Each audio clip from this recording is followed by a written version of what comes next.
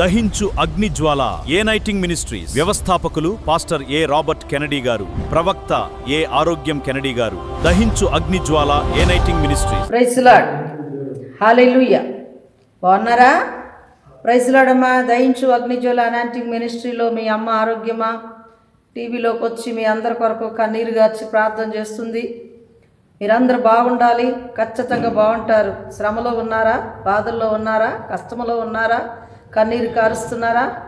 మరి మీ కొరకు ప్రార్థన చేయటానికి అమ్మాయి స్థలంలో ప్రార్థన చేస్తూ ఉన్నాను. మీరందరూ కూడా టీవీ దగ్గర కూర్చొని దేవుని వాక్యాన్ని వినండి. వినటం వల్ల విశ్వాసముతో దేవుడు సమస్త భారము నుండి మిమ్మలను బయటిస్తూ ఉంటాడు. ప్రార్థన. తండ్రి, నీకు స్తోత్రం. దేవాతి దేవుడు, గనుడు, గొప్పవాడివి, సమస్తమును వెరిగిన దేవుడు తండ్రి. మరి ఈరోజు వాక్యములో నుండి శ్రమలలో, బాధల్లో, కష్టములో, కన్నీటితో పోరాడుతున్న బిడ్డల కొరకు మీ వాక్యోపదేశంలో నుండి మా అందరితో మాట్లాడతారని, మమ్మల్ని అందరినీ కూడా మీరు బలపరుస్తారని, అనేకమైన బిడ్డలకు వాక్యోపదేశం అందిస్తూ ఉండగా ఎన్న వాక్యము నిడిచిపెట్టకుండా వాక్యానుసారమైన జీవితాన్ని బిడ్డలకు గ్రహింపును అనుగ్రహించండి. అన్ని విషయములు మాతో మాట్లాడుతున్నారని యేసు నామములో అడుగుచున్నాను తండ్రి, ఆమేన్. Praise the lord.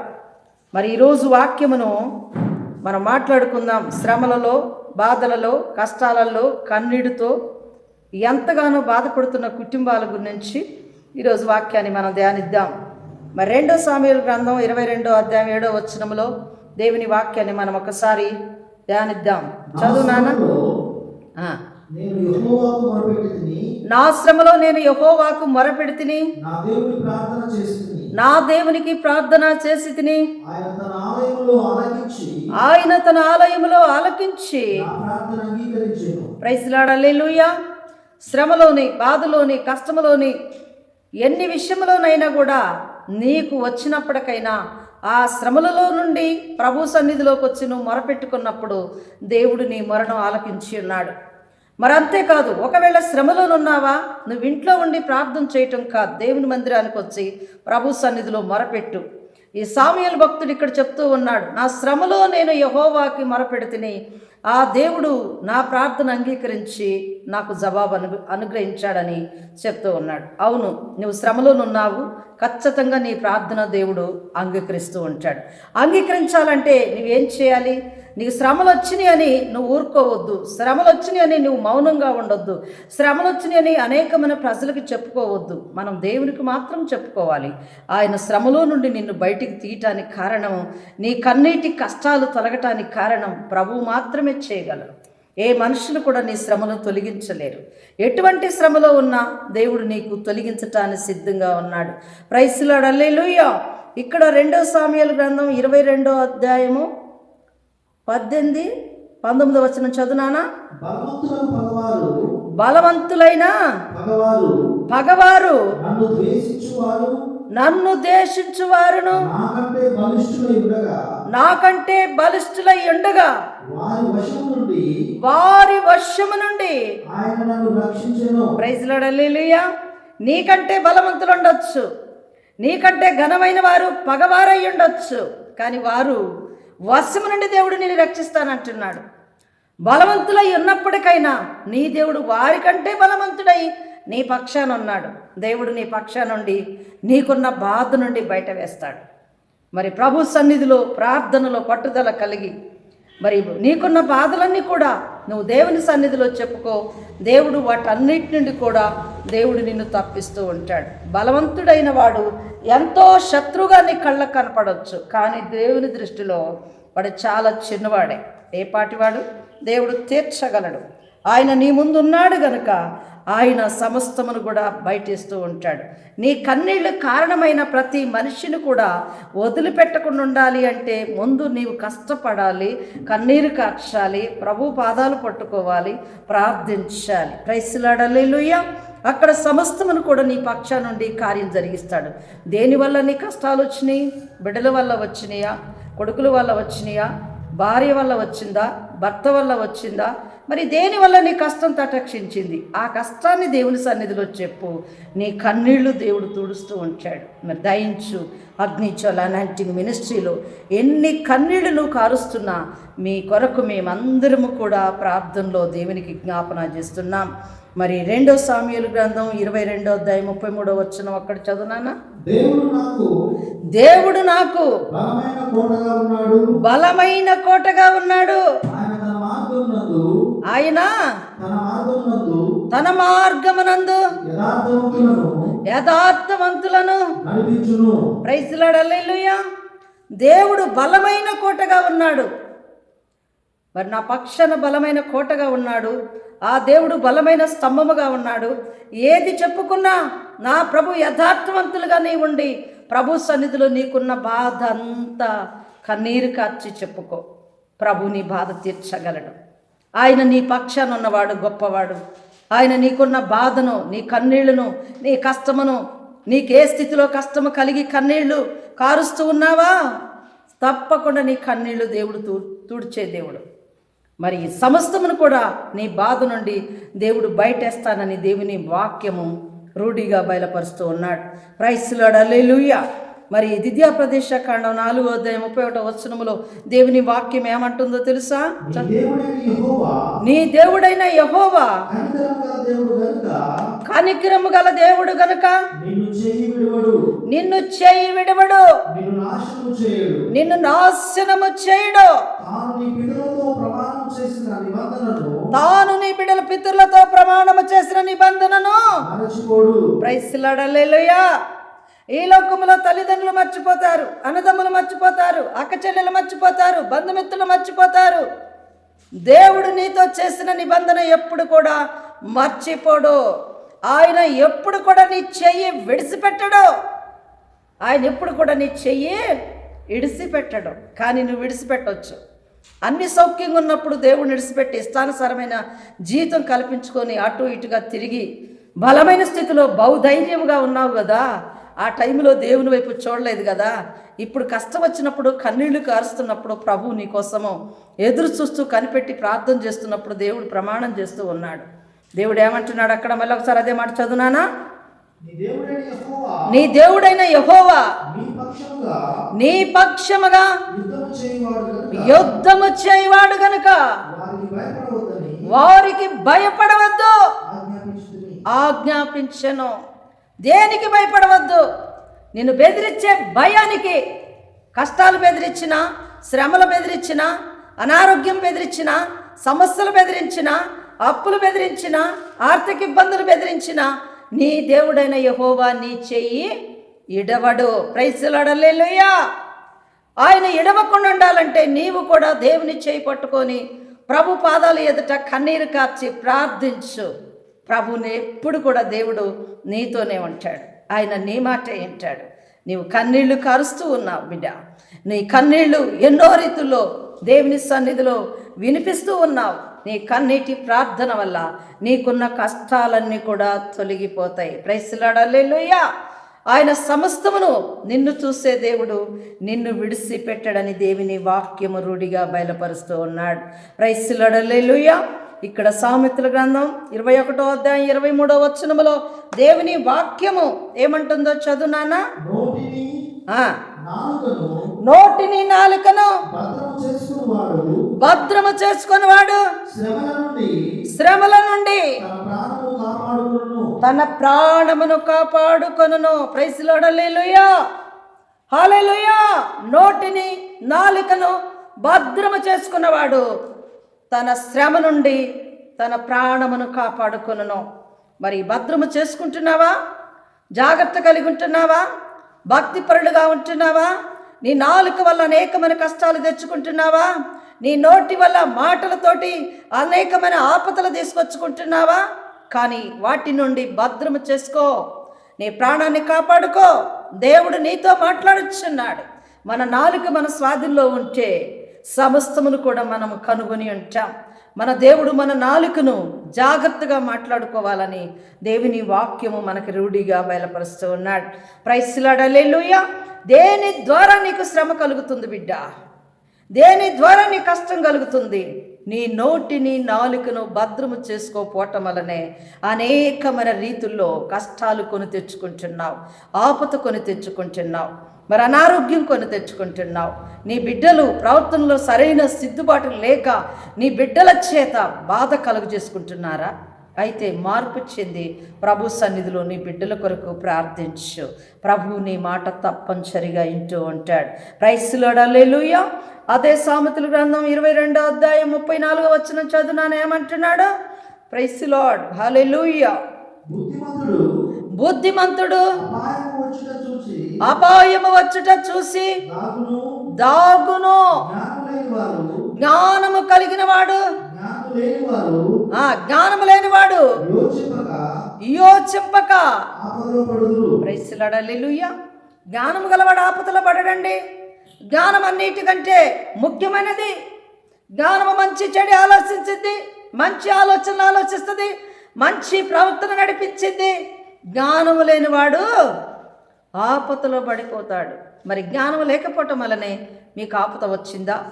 మరి ఎటువంటి స్థితిలో ఆపద తటక్షించింది? ఆపద వలన అనేకమైన రీతుల్లో ఆపదలో పడిపోయి ఉన్నారా? మీరు ఎప్పుడు కూడా దేవుని యొక్క సన్నిధిలో నీ ఆపదలు మొరపెట్టి ప్రార్థన చేద్దాం రండి. దయించు అగ్నిజ్వాల అనాయింటింగ్ మినిస్ట్రీలో ఆపదలోని, కష్టములోని, కన్నీళ్లలో, బాధ, శ్రమ, నిందలు, బిడ్డలకు గర్భఫలం అందలేదని నిందలు పడుతూ ఉన్నారా? అవమానం పొందుతూ ఉన్నారా? గర్భఫలము దేవుడిచ్చే బహుమానమే. ఈ లోకములు అనేకమైన విధములుగా నేను అన్నవారు ఎవరు గర్భఫలం ఇయ్యరు, కానీ దేవుడు మాత్రమే గర్భఫలం ఇచ్చే ఆయన. ఈ లోకములో మనుషుల వల్ల వచ్చే గర్భఫలము కాదండి. దేవుని సన్నిధిలో మొరపెట్టినప్పుడు దేవుడు గర్భఫలాలు సర్వ సమృద్ధిగా అనుగ్రహిస్తాడు. ఆయన దగ్గర ఎక్కువగా ఎప్పుడు కూడా ఉన్నాయి. యేసు ప్రభువారు నాతో మాట్లాడాడు, ఆకువడక తన కాలమందు ఫలమునిచ్చు చెట్టు వలె నువ్వు ఉండెదవు, అనేకులకు ఫలము ఇచ్చు చెట్టు వలెది ఉండేది అన్నాం. దేవుడు నాతో మాట్లాడిన వాగ్దానం. ఇక్కడ అనేకమైన బిడ్డలకు గర్భఫలాలు దేవుడు ఇచ్చాడు. ఎంతోమంది బిడ్డలు ఆనందించుకుంటూ వెళ్ళారు. ఎంతోమందికి సంతోషమే. ఎంతోమంది బిడ్డలతో ఆనందంగా ఉంటూ ఉన్నారు. అయితే మీరందరూ కూడా రండి. దేవుడు సర్వ సమృద్ధి కలిగిన సంతోషాన్ని ఇక్కడ అనుభవిస్తూ ఉంటారు. గర్భఫలము లేదా? బిడ్డలకు వివాహం కాలేదా? అనారోగ్యంగా ఉన్నారా? శ్రమలో ఉన్నారా? అనేకమైన బాధల్లో భరించలేని స్థితిలో ఉన్నారా? శ్రమలు తటక్షించినప్పుడు నేనెందుకు ఈ స్థితిలో ఉండాలి, ఇంకెక్కడ దేవుడు ఎన్ని మార్లు ప్రార్థన చేసినా దేవుడు ఇంటలేదని నువ్వు అనుకుంటున్నావు కాదు. దేవుడు ఖచ్చితంగా నీ మొర ఆలకిస్తూ ఉంటాడు. ఇక్కడ దేవుని యొక్క వాక్యం అంటూ ఉంది. సామెతల గ్రంథం 24వ అధ్యాయం 10, 11, 12 వచనం చదువునాను, ఏమంటుందో? శ్రమ దినమున నీవు శ్రమ దినమున కృంగిని ఎడల నువ్వు చాతగాని వాడవగుదువు. సావుకై పట్టబడిన వారిని నువ్వు తప్పించము. దేవుడు తప్పిస్తాడు బిడ్డ. శ్రమ దినమున నువ్వు కృంగిని ఎడల చాతగాని వాడవవుతావు. నా శ్రమలు ఎవరు తీర్చలేరు అనుకుంటున్నావేమో, నువ్వు కృంగిపోతున్నావేమో, నువ్వు బాధలు పడుతున్నావేమో, నువ్వు కన్నీళ్లు కారుస్తున్నావేమో. దేవుని వాక్యము నీతోనే మాట్లాడుతూ ఉంది. శ్రమ దినమున నువ్వు కృంగిని ఎడలో చేతగాని వాడవద్దు అంటున్నాడు. ఎంతటి శ్రమైనా దేవుడు దాని నుండి నిన్ను దేవుడు ఇడిపిస్తూ ఉంటాడు. ఎటువంటి శ్రమలో ఉన్నావు, ఎటువంటి కష్టంలో ఉన్నావు, పరిశుద్ధాత్మ దేవుడు ఆయన శ్రమలో ఉన్నవారిని చూస్తూ ఉన్నాడు. శ్రమ ఎందుకు వస్తూ ఉంది? నోటిని నాలుకను భద్రము చేసుకోకపోవటం వలన, అప్రభారము చేత, ఆర్థిక ఇబ్బందుల చేత, అనారోగ్యము చేత శ్రమ పడుతూ ఉన్నావా? శ్రమ దినమున నువ్వు కృంగిన ఎడలో చేతగాని వాడవవుతావు. కానీ శ్రమలోని దేవుడు నిన్ను విడిపించే దేవుడు మనకు అండుగా ఉన్నాడు. ఆయన అందుకే అంటున్నాడు, ద్వితీయ ప్రదేశ ఖండములో ఏమన్నాడో తెలుసా? నేను ఎప్పుడు కూడా నిన్ను ఎడవనో ఎడబాయనో, నీ చేయి పట్టుకొని నేను నడిపిస్తానన్నాడు. ప్రైజ్ లార్డ్, హల్లెలూయా. దేవుడు నీ చేయి పట్టుకొని నడిపించడానికి సిద్ధంగా ఉన్నాడు. నువ్వు శ్రమలో, ఎటువంటి శ్రమలైనా సరే, కష్టకరమైన శ్రమలైనా సరే, ఆ అప్రభారముతో కలిగించే శ్రమలైనా సరే, ఆర్థిక ఇబ్బందులతో ఉన్న శ్రమలైనా సరే, వివాహంగాకి బిడ్డల నిమిత్తముగా శ్రమపడి కన్నీరు కారుస్తూ ఉన్నావా? చక్కగా మంచి శుభకార్యాలు దేవుడు జరిగిస్తాడు. అతి త్వరలో రెక్పాట్ ఫిటర్ మ్యాన్ అనుకోని రీతిలో మయల్ పుస్తకం పోర్డెనే డాడీ పోవర్ విటిరి సాధన కిఫ్టిరి మోడనే పరిశుద్ధాత్మ డాడీ ఇంపోర్ ఫిటిరి లిజ్. ఏ క్షణమందు ఏమి జరుగునో ఎవరికి తెలియదు, కానీ నీకు దేవుడైతే మంచి జరిగిస్తాడు. మంచి కార్యములు చూస్తూ ఉంటావు. శ్రమ దినమున నువ్వు కృంగిపోవద్దు, శ్రమ దినమున నలిగిపోవద్దు, శ్రమ దినమున నువ్వు బాధపడద్దు. 12వ వచనం చదువునాను ఒకసారి. ఈ సంగతి మాకు తెలియదని నీవు అనుకున్న ఎడల హృదయములను శోధించువాడు నీ మాటను గ్రహించును కదా. నిన్ను కనిపెట్టువాడు దానిని ఎరుగును కదా. ప్రైజ్ లార్డ్, హల్లెలూయా. హృదయమును పరిశోధించువాడు ఆయన చూస్తున్నాడు గనుక ఇవన్నీ కూడా కనిపెట్టును. ఆయన చూస్తూ ఉన్నాడు. ఈ సంగతి మాకు తెలియనని అనుకున్న ఎడల నీ హృదయములను కనిపెట్టువాడు ఈ మాటను గ్రహించును. నీ అవసరత గ్రహించును, నీకున్న అప్పుల భారం గ్రహించును, నీకున్న అనారోగ్యం గ్రహించును, నీకున్న శ్రమలు గ్రహించును. రిటర్న్ పార్ట్ ఫిట్ మేల్ లోటుని ఏ మేలు కూడా లోటు లేకుండా దేవుడు గ్రహించి నీకు సహాయం చేస్తాడు. రా, దయించు అగ్నిజ్వాల అనాంటింగ్ మినిస్ట్రీ వాక్యం వింటున్నావు కానీ దేవుని యొద్దకు రాలేకపోతున్నావు. నీ కాళ్ళ చుట్టుకున్న శత్రు సాతాను ఎన్నో అద్భుతంగా నిన్ను బాగు చేసి స్వస్థపరిచి ఆరోగ్యం ఇచ్చి శ్రమ నుండి విడిపించి నీ కన్నీటి నుండి తూడ్చిన దేవుని యొద్దకు నీ వస్తే దేవుడు నీ ప్రార్థన అంగీకరిస్తూ ఉంటాడు, నీ ప్రార్థనకు జవాబిస్తూ ఉంటాడు. ఎస్ కంఫర్టనెల్ వింటున్నావా బిడ్డ? ఎన్పారిబిల్ దేవుడు గొప్పవాడు, ఆయన నా శ్రమ నుండి నన్ను బయటేస్తాడు అనే విశ్వాసంతో రండి. మీ కొరకు నేను ప్రార్థన చేస్తూ ఉంటాను. ఈ లోకములో ఉన్న శ్రమలు, ఈ లోకం ఉన్న బాధలు, ఈ లోకములో ఉన్న కన్నీరు కష్టాలు ఎవ్వరు తోడ్చలేరు. దేవుడు మాత్రమే తోడ్చగలడు. దేవుడు మాత్రమే నీ కష్టం నుండి బయట వేయగలడు. ఈ లోకములో ధన్యకులు, అన్నదమ్ములు, అక్క చెల్లెళ్ళు, బంధుమిత్రులు ఎవరున్నా ఎవరు లేకపోయినా నీకు దేవుడు మాత్రము ఉంటే చాలు. దేవుడు అన్నిటి నుండి నిన్ను బయటేస్తూ ఉంటాడు. ప్రార్థన. ఎస్ కమిట్ ఫర్ ద రిలీజ్. అయ్యా, ఈ వాక్యాన్ని విన్నారు. ఎన్ పార్ట్ ఫిట్ హో డిమాండ్ ఏదైతే నీ సన్నిధిలో చెప్పుకున్నారు వారి ప్రేయర్ రిక్వెస్ట్ హార్ట్ డిమాండ్ అనుకోని రీతిగా మేలుకరమైన ఆశీర్వాదం పంపించండి అయ్యా. అయితే పవర్ ఫీల్ ఒక పార్ట్ ఫిట్ రిలీజ్. సమస్త దుష్ట ప్రభావమును శ్రమ నుండి విడుదలైపోవును గాక.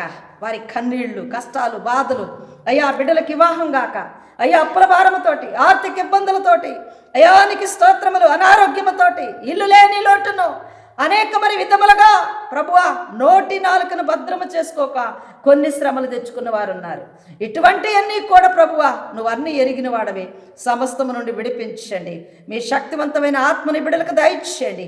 సమస్త సమాధానకర్త అయిన దేవుడు, ఆయన తీర్చగల దేవుడని విశ్వసించి ఈ టీవీ వాక్యం ఎంతమంది అయితే వింటూ ఉన్నారో ఇన్న ప్రతి ఒక్క బిడ్డని సన్నిధిలోకి వచ్చి చెప్పుకుంటుండగా వారి కన్నీరును తోడ్చండు. దేవానికి స్తోత్రం నాయన.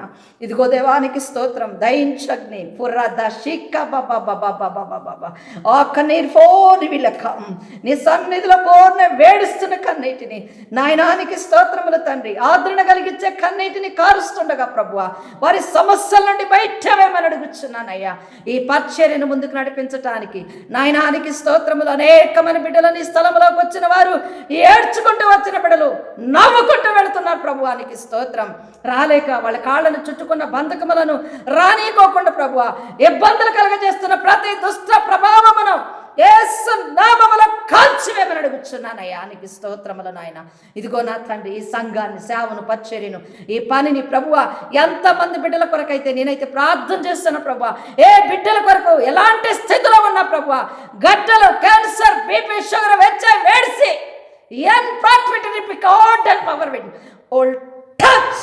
సమస్తమును మీరు కడిగి వేస్తున్నారని యేసు నామములో అడుగుచున్నాను తండ్రి. ఆమేన్. God bless you. దేవుడు మిమ్మల్ని దీవించును గాక. వాక్యం విన్నారా? వాక్యం విన్న ప్రకారంగా మీరు కూడా రండి. మీ కొరకు ప్రార్థన చేస్తూ ఉంటాను. మీ అమ్మ ఆరోగ్యమ్మ మరి అనేకమైన మీరు మీ గుప్పిళ్లను ఇప్పండి. ఈ పని పరిచర్య అనేకమైన బిడ్డలకు అందించటానికి మీ వంతుగా సహాయం చేయండి. బిడ్డ పనిని ముందుకు నడిపించుదాం. మరి ఈ పరిచర్య అనేకమైన బిడ్డల కొరకు డబ్బులుండి ముందుకు కొనసాగించట్లేదు. నేను చెప్తూ ఉన్నాను, మీరు వింటూ ఉన్నారు, ఇన్ని విడిచిపెడుతూ ఉన్నారు. దాని ద్వారా మీకు మేలు లేదు. ఇన్న ప్రకారంగా దేవుని పని అనేకమైన పరిచర్యకు ముందు అందించడానికి మీ వంతుగా సహాయం అందించండి. మనం దేవుని పని కొనసాగిద్దాం. ఇలాంటి స్థితిలో శ్రమలో ఉన్నవారు చాలామంది ఉన్నారు. వారి కొరకు ప్రార్థన చేస్తున్నామంటే మనం ఒకరికొకరం ఎంకరేజ్ చేసుకుంటూ దేవుని పని పురికల్పి ముందుకు నడిపిద్దాం. దేవుడి చిన్న వాక్యాన్ని దీవించినగాక. ఆమేన్.